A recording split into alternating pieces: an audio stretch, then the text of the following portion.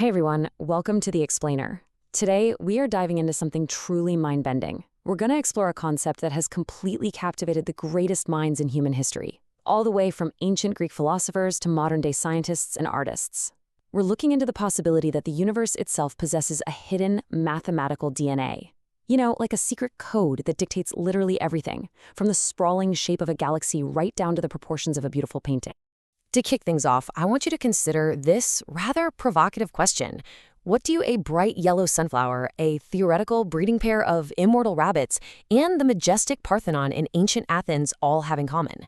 On the surface, absolutely nothing, right? We're talking biology, some hypothetical math, and ancient architecture. But if we look at them through the lens of one very specific mathematical proportion, these three things are actually intimately connected in a historical detective story that we are going to unravel right now. Section 1. The magic number phi. Okay, so to solve this mystery, we first have to dive into the core DNA of our topic. And that is a single, highly famous number, 1.618. Or, well, more accurately, 1.6180339, and so on, just repeating endlessly into infinity.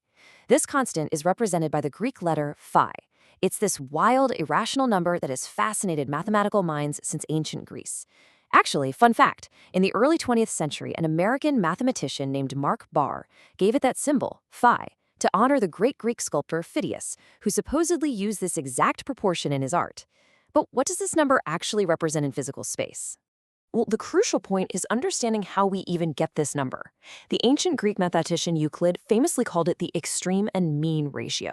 But let's bring that down to earth a bit. Imagine you've got a piece of string, and you cut it into two parts. So now you have a longer piece and a shorter piece. The golden ratio is achieved only when the ratio of the whole entire string to the longer segment is exactly the same as the ratio of the longer segment to the shorter segment. When that perfect balance is struck, boom, the resulting number is always 1.618. Section 2. The Fibonacci correction. Let's time travel back to the 13th century for a second.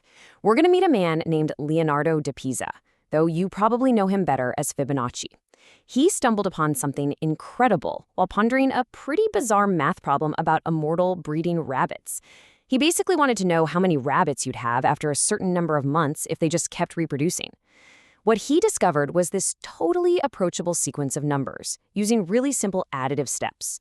You start with 1 and 1, you add those together, you get 2. Then you take the previous two numbers, so 1 and 2, and add them to get 3. Add 2 and 3, you get 5. And you just keep this pattern going forever. 5, 8, 13, 21, 34, and on. That is the legendary Fibonacci sequence. But you might be wondering, what does a sequence of simple whole numbers have to do with an unending irrational decimal like phi? This is where the hidden math gets truly magical. If you grab a calculator and take any two consecutive numbers in the Fibonacci sequence and divide the larger one by the smaller one, something amazing happens. Divide 21 by 13 and you get 1.615. Divide 34 by 21 and you get 1.619. As you go higher and higher up that sequence, the fraction gets closer and closer to our magic number, the golden ratio, 1.618. It's like a homing beacon. The sequence of whole numbers perfectly converges right onto our irrational decimal. And when we translate that math into geometry, it's just brilliant. If you take rectangles with side lengths that match those Fibonacci numbers, so a 1 by 1, a 2 by 2, a 3 by 3, a 5 by 5, an 8 by 8, you can pack them all together perfectly to form what is known as a golden rectangle. And if you draw a quarter circle through each of those squares, it creates this sweeping, continuous curve called a golden logarithmic spiral. The coolest part? It's entirely self-replicating. You could zoom in or zoom out forever, and the structural shape remains exactly the same, like a giant infinite puzzle. Section 3. Plant spirals and petals. Now that we've got a firm grasp on the pure math, let's step outside into the botanical world. As it turns out, plants are basically master mathematicians. They utilize these Fibonacci numbers and a specific concept called the golden angle, which sits right around 137.5 degrees. Why do they do this? For sheer survival. By arranging new leaves or seeds at this exact angle, the plant guarantees optimal sunlight exposure and the tightest, most efficient packing possible. No wasted space at all. If you look at the bottom of a pine cone, you'll see spirals of seeds. Count them up, and you'll almost always find 8 spirals going clockwise and 13 going counterclockwise. Check out the center of a sunflower. You'll usually find 21 clockwise spirals and 34 counterclockwise. 8, 13, 21, 34. Those are literally just consecutive Fibonacci numbers. It proves nature heavily relies on this ratio. And it's not just about packing seeds efficiently. Take a close look at the beautiful symmetry of a hibiscus flower. It has exactly 5 petals. This fivefold symmetry is incredibly prevalent all across the plant kingdom. Think of the 5 points on an apple core when you cut it right down the middle horizontally. While in geometry, a regular pentagon and a 5-pointed star, or a pentagram, are intrinsically constructed using the golden ratio. Every intersecting line in a pentagram divides itself by exactly 1.618. So when you see a 5-petaled flower out in the wild, you are staring right at the physical manifestation of phi. Section 4, Shells and Biological Growth. Let's zoom out a bit further and look at biological growth on a larger scale. Think about creatures like the nautilus or various sea mollusks. As they age, they obviously need to expand their shells to fit their growing bodies. The immense biological advantage of growing in a logarithmic spiral is that it allows the organism to expand without changing its basic structural shape.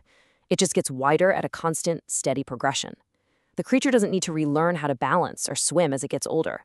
The fundamental proportions of its home remain perfectly, flawlessly constant over its entire lifetime. Section 5, Divine Design and Aesthetics. So, we've seen how nature uses this ratio for efficiency and survival, but transitioning from biology into human history, the absolute reverence for this proportion is profound. Just listen to this quote from the brilliant 16th century astronomer Johannes Kepler. He called the golden ratio a precious jewel, elevating it to the exact same level of importance as the Pythagorean theorem. For centuries, brilliant minds honestly believed that this mathematical formula was the literal, divine blueprint of beauty. And because they believed it was truly divine, they applied it intentionally. Back in 1509, Luca Pacioli wrote a book literally titled De Divina Proportione, which was illustrated by none other than Leonardo da Vinci, just praising the ratio's divine simplicity. Fast forward to the 20th century, the famous architect Le Corbusier based his whole modular architectural system around human proportions and the golden ratio. Even the surrealist painter Salvatore Dali explicitly ordered custom-shaped canvases that were perfectly measured golden rectangles just to paint his masterpiece, The Sacrament of the Last Supper. These artists were actively utilizing phi to inject harmony and beauty into their work. Section 6, Myth or Universal Law. Okay, here is where we need to pivot a bit and play detective. It's time to impartially weigh these deeply romanticized myths of the golden ratio against hard, cold scientific measurements. Let's start with the Parthenon in ancient Greece. For centuries, the idealist view loudly proclaimed that this temple was built perfectly according to golden rectangles. I mean, it looks incredibly balanced and straight. However, modern restoration projects that began in the 1980s revealed a stark reality. The Parthenon has almost no straight lines at all. It is constructed with thousands of unique, slightly curved pieces that fit together like a bespoke puzzle.